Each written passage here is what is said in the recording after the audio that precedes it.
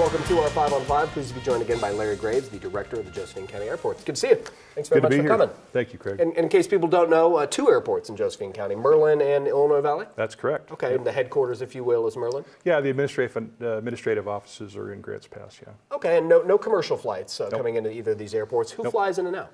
Well, there's a lot of private aircraft based there. We have almost 200 aircraft based at the Grants Pass Airport alone. Wow. We're primarily a reliever airport for Medford, and so we take all the business flights, the charters, the jet and turboprop traffic that would clog up Medford's airspace, and we keep them over in the Grants Pass airspace. Okay, and one of the things we're here today to talk about is you're looking to get a longer runway, yes. A process you've been working on for years. Yes. Where are we at in that process?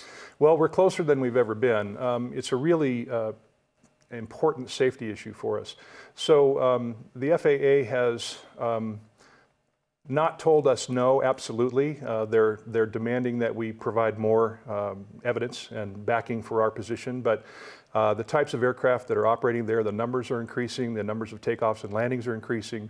We have more jets operating at the airport than ever before, and they need a longer runway to operate safely. So those owners and operators of those jets are choosing to operate them at less than full capacity so that they can operate safely when the runway's wet or when it's a really hot day and they need more runway for takeoff. Oh, is that right? They need, depending on the weather. I know large planes can't land on small runways. As a novice, even I know that. Yeah. But all this affects every plane. It does, and it's quite often wet and foggy and rainy out there, and in the summertime it's very hot. So this is an important issue for us. And federal funding is a huge part of that. The FAA, it is. And so you're trying to get that grant funding. Would it be? Yes, we are. The feds do this with every airport in the country, and they will fund the capital infrastructure requirements to the tune of 90%. But they won't do it unless they feel it's justified. Okay, so you're basically taking your numbers and everything you have here, your data, to them and saying, hey, look what I have. Is that how it works? Right, and we're using their own formulas and their own algorithms, which they use to determine whether or not an extension is justified. And the numbers are turning out quite positive. Okay, and I imagine you've dealt with the FAA a lot, so this is what you do. Are you feeling confident that you have what it takes, that your data has what it takes to get their approval, if you will? Well, I feel confident in that. It's ultimately it turns out to be a political decision because the FAA does not have enough money to make all of the improvements that all the airports are requesting. And so we hope that we will be able to persuade them not only on the basis of evidence, but also on the basis of political prudence and, hey, this is the way we really need to go to maintain safety. All right, we're going to take a quick commercial break. Sure. Much more in just a moment. Stay with us.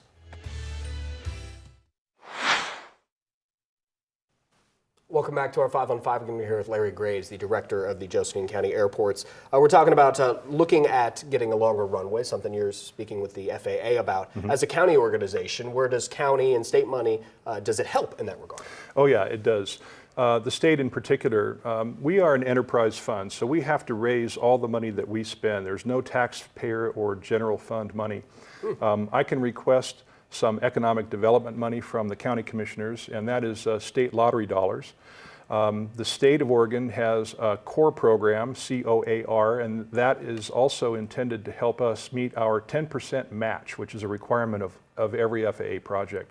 So you can imagine if we have a $7 or a $10 million project, we're going to have to come up with $100,000, and that's difficult in Josephine County. But the benefits that will accrue to the county itself, economically, business-wise, and of course, safety-wise, are immeasurable, I believe.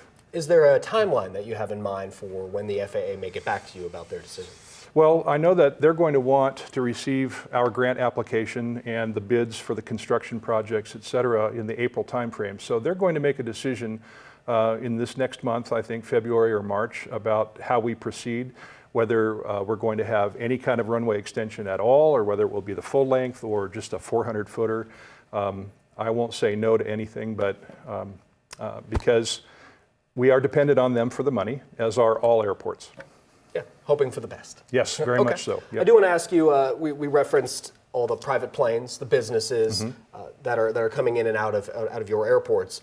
But there's a lot of other things going on, organizations, businesses that are central to the airports. Well, we've increased jobs by 5 times, I believe, out at the airport in the last 5 years. The Southern Oregon Air Academy is now based at the Grants Pass Airport, and this is a science, technology, engineering, math outreach for junior high and high school students. There's a lot going on out there, and it's increasing. We're growing, and it's a good thing for the county. Is the horse racing in Grants Pass, is that something that can add to the airport as well? Well, it's the only horse racing venue in the state now, Grants Pass Downs at the Josephine County Airport, or fairgrounds rather. And I think about airports a lot because there will be a lot of increased air traffic coming in for the horse racing, as well as for business in general. Excellent. Well, good to see you. Thanks for coming by. Greg, thanks for having me. Stay with us. We'll be right back.